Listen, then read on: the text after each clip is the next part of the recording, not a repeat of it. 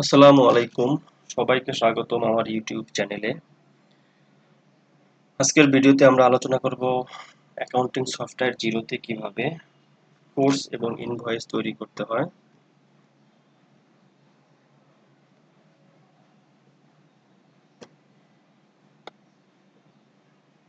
ভিডিওটি তৈরি করার আগে আপনাদের কাছে আমার অনুরোধ থাকবে, ভিডিওটি যদি ভালো লাগে তাহলে অবশ্যই লাইক এবং কমেন্ট করবেন।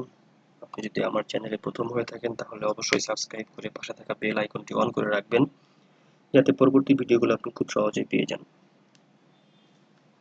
তো আমাদের প্রথমে আলোচনা করা দরকার কোর্স এবং ইনভয়েস কি। কোর্স হচ্ছে সাধারণত সেলস অফার, খুব সহজেই বুঝবেন। যখন আমরা কোনো পণ্য বিক্রি করতে চাই কারো কাছে, তখন তাকে অফার করা যে আমি এই পণ্য বিক্রি করতে চাই, আমার কাছে সর্বনিম্ন এত টাকা রেট পাবেন। যাই হোক, এক কথাই হচ্ছে কোর্স হচ্ছে সেলস অফার বা কোটেশন। আর ইনভয়েস আমরা জানি কোনো কিছু বিক্রি করতে হলে বা বিক্রি করার সময় আমরা বিক্রির প্রমাণ সাপেক্ষে যে ডকুমেন্টস তৈরি করি, সেটাই হচ্ছে ইনভয়েস। আচ্ছা, ইনভয়েস তৈরি করার জন্য প্রথমে আমরা কোটেশন তৈরি করব। তো কোটেশন তৈরি করার জন্য আমরা বিজনেস থেকেও তৈরি করতে পারি, অথবা হচ্ছে প্লাস আইকন আছে এখান থেকেও তৈরি করতে পারি। তো আমরা প্লাস আইকন এখান থেকে শুরু করছি, কোটে ক্লিক করলাম।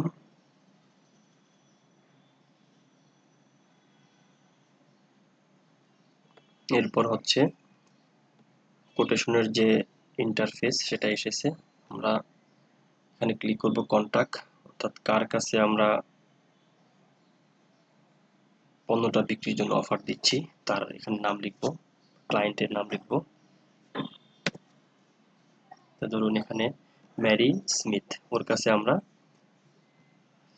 কোটেশন দিচ্ছি, ধরুন এপ্রিল মাসের 16 তারিখ, আর এর এক্সপায়ার ডেট ইন 7 days, অর্থাৎ এই কোটেশনের মেয়াদ 7 দিন থাকবে, 7 দিন পরে এর মেয়াদ শেষ হয়ে যাবে।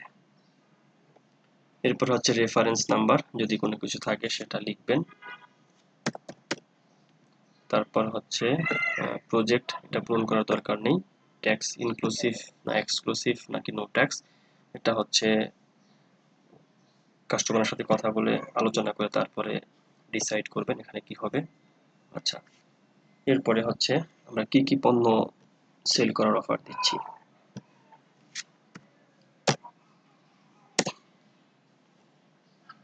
কোনো ডিসকাউন্ট আছে কিনা, ডিসকাউন্ট থাকলে দিবেন। ইউনিট প্রাইস, এটা এখানে অটোমেটিকই চলে এসেছে, কারণ আমরা যখন ইনভেন্টরি ইম্পোর্ট করেছিলাম তখন হচ্ছে ইউনিট প্রাইস অটোমেটিক্যালি একটা অ্যামাউন্ট, মানে ইউনিট প্রাইস দেওয়া ছিল, যে কারণে হচ্ছে এখানে এসেছে। আপনি চাইলে এটা চেঞ্জ করতে পারবেন। আরেকটা কথা বলে রাখা উচিত, সেটা হচ্ছে ইনভয়েস এবং কোটেশন, পারচেজ অর্ডার অথবা হচ্ছে বিল তৈরি করার আগে আপনাকে অবশ্যই ইনভেন্টরি আইটেম ইম্পোর্ট করতে হবে, অথবা একটি একটি করে অ্যাড করে নিতে হবে। যাই হোক, এরপরে হচ্ছে অ্যাকাউন্ট, অর্থাৎ আমরা এটা কোথায় মেনটেন করব, কোন সেলস লেজারে মেনটেন করব। ল্যাপটপ সেলস, ল্যাপটপ এখানে মেনটেন করব। এরপরে হচ্ছে ডেস্কটপ, ডেস্কটপ এটিও ধরুন 10টি। এরপর হচ্ছে ডিসকাউন্ট নেই, সেলস ডেস্কটপ অ্যাকাউন্ট আমরা মেনটেন করব। 8,25,000 টাকার একটি কোটেশন আমরা রেডি করব। এখন হচ্ছে এটি আমরা সেভ অ্যান্ড ক্লোজ দিতে পারি। সেভ অ্যান্ড ক্লোজ দিলে এটি ড্রাফটে গিয়ে সেভ হয়ে থাকবে। আচ্ছা, আর আমরা যদি এটি সরাসরি সেন্ড করতে পারি তাহলে আমরা সরাসরি সেন্ড করে দেব। তাহলে আমরা এটা মার্ক অ্যাজ সেন্ড দেব।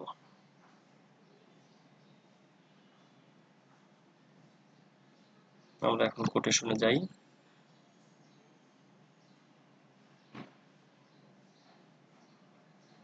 কোটেশনে যাওয়ার পর সেন্টে এখানে আসব। এখানে আসার পরে আমরা মাত্র যেটা তৈরি করলাম সেটা হচ্ছে এই যে ম্যারি স্মিথ 567 রেফারেন্স নাম্বার, 8,25,000 টাকা। আচ্ছা, এখন আমরা সেলস অফারটা রেডি করলাম। আমরা যাকে দিচ্ছি সেটা যদি অ্যাকসেপ্ট করে তাহলে আমরা এখানে অ্যাকসেপ্ট ক্লিক করব, আর যদি ডিক্লাইন করে বা হচ্ছে অ্যাকসেপ্ট না করে তাহলে আমরা ডিক্লাইন ক্লিক করব। আচ্ছা, ধরলাম আমরা এটা আমাদের আমরা যাকে সাবমিট করেছি সেলস অফার সে এটা অ্যাকসেপ্ট করেছে, তাহলে অ্যাকসেপ্ট দিলাম। এবার হচ্ছে অ্যাকসেপ্টেড এসেছে। এখন 567 রেফারেন্স নাম্বার, এটা নাম্বার হচ্ছে QU0004, এটাকে আমরা ইনভয়েস তৈরি করব। ক্লিক করে মার্ক অ্যাজ ইনভয়েস, ক্রিয়েট।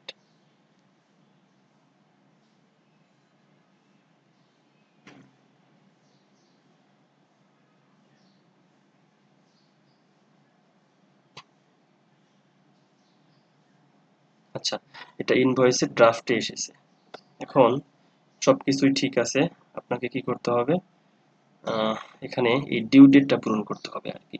অর্থাৎ এটা যে ইনভয়েস তৈরি করার পরে সাধারণত আমরা জানি যে 5 দিন 10 দিন বা 15 দিন পরে হচ্ছে আমরা টাকা পেয়ে থাকি, যদি আমাদের বাকিতে পণ্য বিক্রি করে থাকি, মানে হচ্ছে ক্রেডিট পিরিয়ড যেটাকে বলে আর কি। তো আমরা ধরলাম ডিউ ডেট হচ্ছে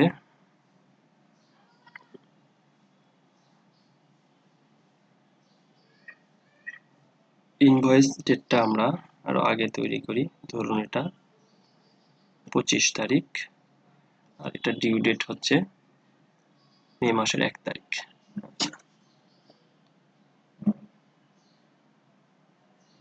আপনি চাইলে এখানে কোয়ান্টিটি পরিবর্তন করতে পারবেন।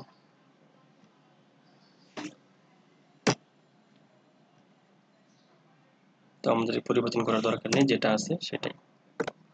অর্থাৎ আপনি যদি পরবর্তীতে পণ্য বেশি সাপ্লাই করে থাকেন তাহলে দিতে পারেন। যাই হোক, আমরা আর পরিবর্তন করলাম না, এখন এটা আমরা অ্যাপ্রুভ দিয়ে দেবো আর কি। তাহলে অ্যাপ্রুভ দিলে এটা আমার কোথায় এসে থাকবে, ড্যাশবোর্ডে আসবো। ড্যাশবোর্ডে আসার পরে দেখি কোথায় আছে এটা,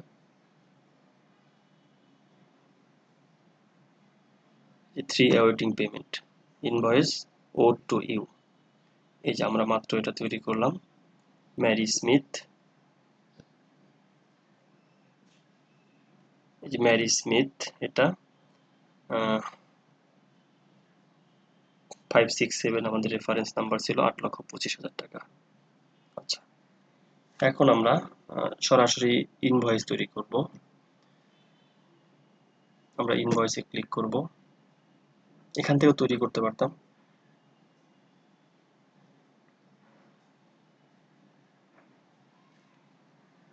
এবার হচ্ছে আমরা কার কাছে বিক্রি করছি তার, ধরুন বেঞ্জামিন হোয়াইট, এটা ইস্যু ডেট এপ্রিল মাসের 9 তারিখ, ডিউ ডেট এপ্রিল মাসের 22 তারিখ, ইনভয়েস নাম্বার যেটা আছে থাক।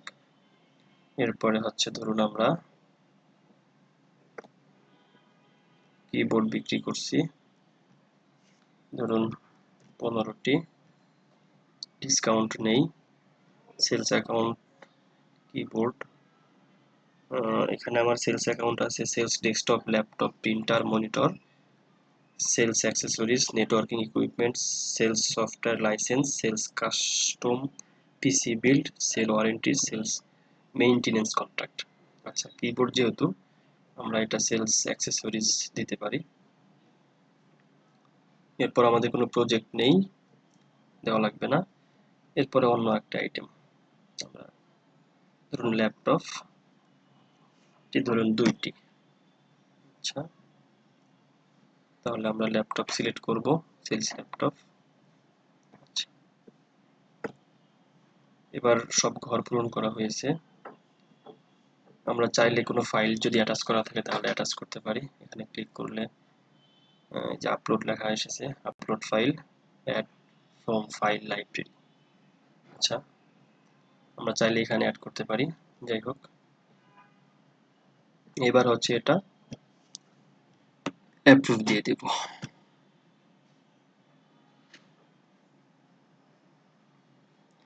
এবার আমরা আবার দেখি,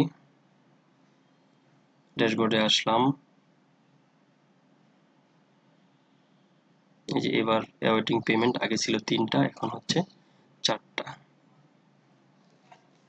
যে মাত্র আমরা এটা তৈরি করলাম, বেঞ্জামিন হোয়াইট, অর্থাৎ সে অ্যাওয়েটিং পেমেন্টে এসেছে। এরপরে যখন যদি বেঞ্জামিন হোয়াইট বা ম্যারি স্মিথ বা এখানে যে লিস্টগুলো আছে এরা যদি আমাদেরকে টাকা পে করে, তখন আমরা রিসিভ মানি দেখাবো, তখন সে পেইড এখানে আসবে আর কি। যাই হোক, আজকের ভিডিও এই পর্যন্তই। ভিডিওটি যদি ভালো লাগে আপনার, তাহলে অবশ্যই লাইক এবং কমেন্ট করবেন। ভিডিওটি দেখার জন্য আপনাকে অসংখ্য ধন্যবাদ। কথা হবে অন্য কোনো ভিডিওতে।